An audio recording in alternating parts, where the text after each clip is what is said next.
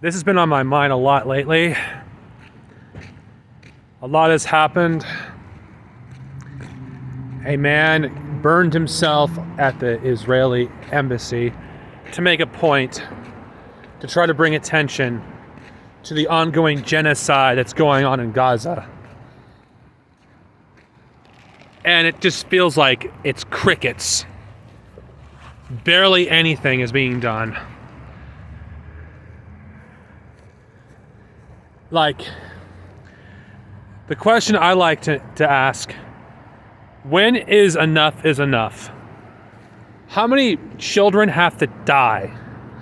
How many women have to hold their dead babies? How many men have to, see their families die? How many families have to be wiped from existence? How many holy sites have to be destroyed?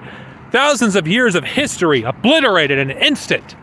How much of Gaza has to be destroyed? How much of Palestine has to be desecrated for people to say enough is enough? How many?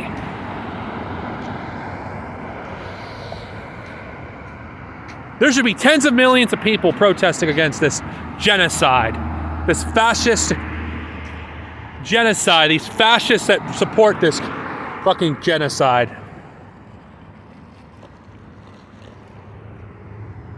I think I will hold America into account. America needs to be held accountable.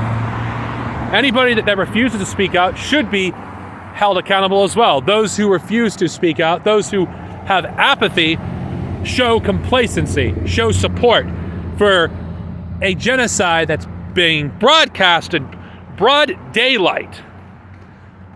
I don't care what your stance about the issue was prior to October 7th. The war against the Palestinian people had been going on longer than October 7th. It's been going on for almost a century, or a century depending on your sources. It doesn't matter how long it's been going on. The very fact that we are seeing this with our own eyes, the very fact that people are denying what is obviously a crime against humanity, there are still people that do so.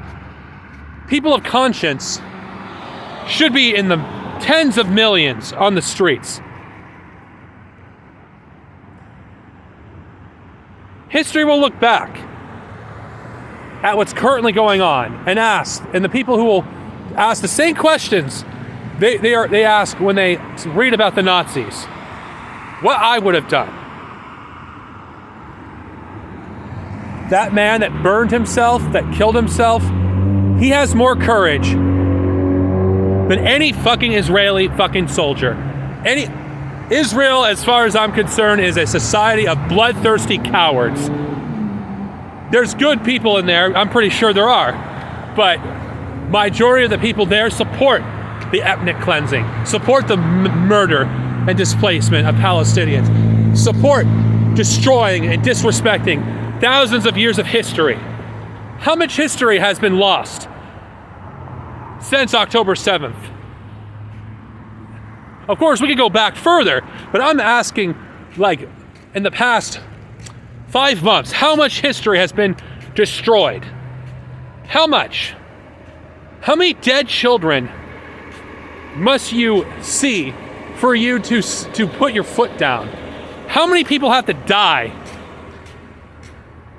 before Americans put their foot down? Whether it's Genocide Joe or Donald Trump, it matters not. We should be taking it to the streets. We should be fighting against these people. The enemies that are destroying the Palestinian people in Gaza are the same people that would gladly do it to people here. You think the tactics that have been used against the Palestinians won't be used against us? You don't get to pick and choose which cause you to care about because you don't live in the war zone. The war zone will come here. The question I have is, what will you do when it happens? From river to sea, Palestine will be free.